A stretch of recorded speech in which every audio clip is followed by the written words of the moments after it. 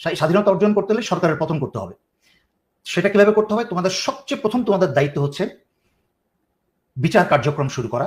সেটার মানে কি? সেটা হচ্ছে এই যে ছাত্র ছাত্রী শিশু এবং জনতা হত্যা হয়েছে, এই হত্যার জন্য মামলা দায়ের করা। যেই থানা মামলা নিবে না সেই থানা পুরো উড়িয়ে দিতে হবে, জ্বালিয়ে দিতে হবে, মাটির সাথে গুড়িয়ে দিতে হবে। আসসালামু আলাইকুম সুপ্রদর্শক, এবার আন্দোলনরত শিক্ষার্থীদের উদ্দেশ্যে বার্তা দিয়েছেন সাবেক সেনাবাহিনীর মেজর। সেখানে তিনি সাধারণ শিক্ষার্থীদের কিছু নির্দেশনা দিয়েছেন। সুপ্রদর্শক, আমরা দেখে আসবো বিস্তারিত। বিসমিল্লাহির রহমানির রহিম।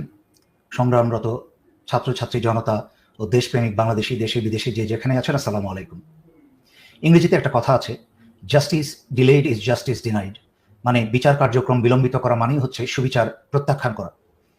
সুতরাং আমি দেখছি বাংলাদেশের ছাত্রছাত্রী জনতা যেভাবে আন্তরিকতার সাথে দেশ উদ্ধারের যুদ্ধে নেমেছে, তার সাথে অনেকে এগিয়ে আসছেন, কিন্তু ওনারা একসাথে 10 দফা 11 দফা দাবি জানিয়ে এটাকে বিলম্বিত করে ফেলছেন। আগে যেরকম বিএনপি আন্দোলন থামিয়ে দিয়ে শুধু দাবি পেশ করে চলে যেত 10টা 12টা 16টা, এইসব দাবি কার কাছে পেশ করছেন? এখন তো দাবি পেশ করার সময় না, এখন সময় হচ্ছে প্রতিরোধ গড়ে তোলা। আর কোনো দাবির সময় নাই, দাবির সময় অনেক আগে শেষ, দাবির সময় আরো 10 বছর আগে শেষ।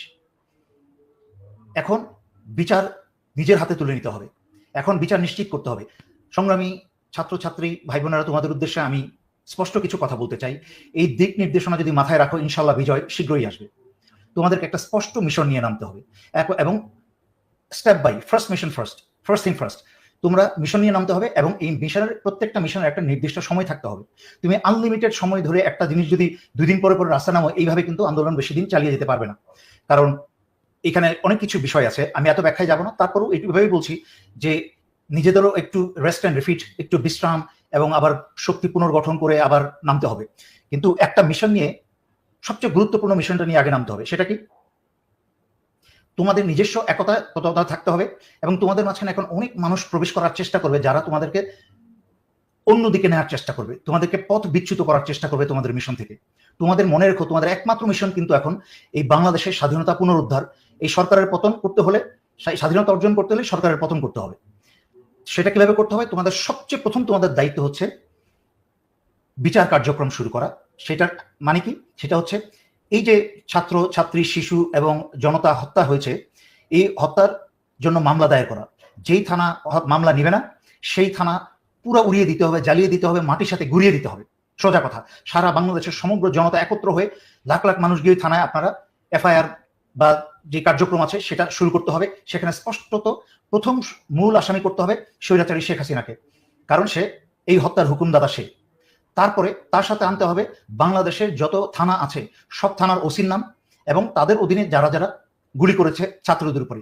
ইতিমধ্যে অনেক ভিডিও অ্যামনেস্টি ইন্টারন্যাশনাল এবং ভেরিফাই করেছে এবং জাতিসংঘের কাছে সেই সব ভেরিফাইড ভিডিও চলে গেছে এবং আইসিসিতেও অনেক ভিডিও পাঠানো হয়েছে, আইসিসিতেও মামলা করা হয়েছে। আন্তর্জাতিকভাবে হাসিনার বিরুদ্ধে মামলা হচ্ছে এবং সেনা প্রধানের বিরুদ্ধে মামলা হয়েছে।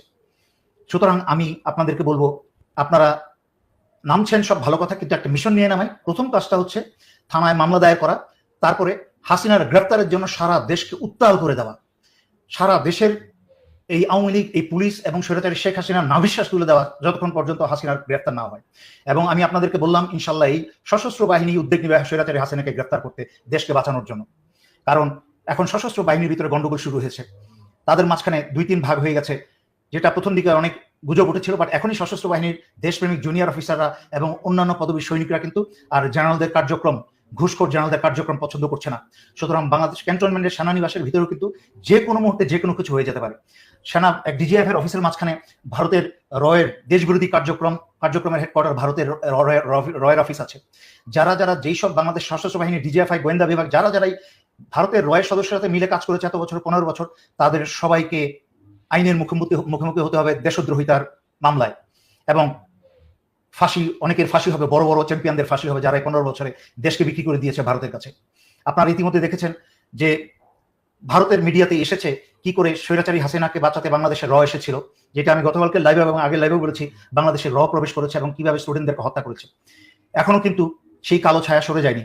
আপনাদেরকে এখন ওই 11 আর 22 দফার ভণ্ডামি থেকে সরে এসে কারো কুবুদ্ধিতে যাবেন না। আপনারা এক দাবি, সেটা হচ্ছে স্বৈরাচারী শেখ হাসিনার গ্রেফতার এবং তাকে তার গদি থেকে টেনে নামিয়ে তাকে জেলে ভরা এবং বিচার কার্যক্রম শুরু হতে হবে। আন্তর্জাতিক সংস্থার মাধ্যমে উপস্থিতিতে এই যে কতগুলা চোর বদমাশকে ঢুকিয়েছে, সোহেল তাজবাজ গতকালকে বলেছি, নিয়ে এসেছে নাটক তামাশা করার জন্য। কোনো আওয়ামী নাটক তামাশা এবং দেশের ভিতরে যেহেতু এখন মির্জাফরে ভরে গেছে, কাউকে বিশ্বাস করা যায় না। তলে তলে হাসিনার সাথে অনেকেই হাত মিলিয়ে রেখেছে। তো সুতরাং আপনারা মিশন ঠিক করেন, মিশন ঠিক করে একটা সময় নির্ধারণ করেন কত দিনের মাঝখানে এই অপারেশনটা আপনারা টার্গেট করছেন যে এই অপারেশনে বা এই মিশনটাকে শেষ করতে হবে। আদারওয়াইজ যদি আপনারা এটাকে দীর্ঘায়িত করে যান, যে মনে করবেন যে সপ্তাহের পর সপ্তাহ, মাসের পর মাস এইভাবে রাস্তায় নামবেন, সেই শক্তিও থাকবে না। একসময় আস্তে আস্তে এটা ঝিমিয়ে যাবে। সেটা মানে বাংলাদেশ ধ্বংস, বাংলাদেশের ছাত্র জনতা সব ধ্বংস। কারণ মনে আবার স্মরণ করিয়ে দিচ্ছি, বারবার স্মরণ করিয়ে দিচ্ছি, এবার ব্যর্থ হলে বাংলাদেশের কোনো ছাত্র ছাত্রী শিশু জনতা কেউ বাঁচবে না।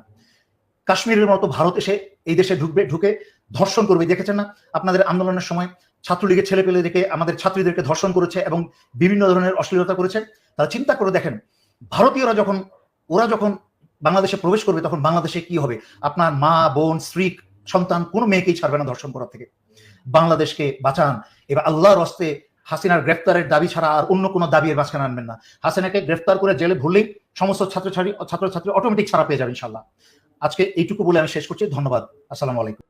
বিষয়টা আপনারা কীভাবে দেখছেন অবশ্যই আপনাদের মূল্যবান মন্তব্য কমেন্ট বক্সে জানাবেন। সবসময় সত্য নির্ভেজাল তথ্য পেতে স্বাধীন বাংলা ইউটিউব চ্যানেলটি সাবস্ক্রাইব করে আমাদের সাথে থাকুন।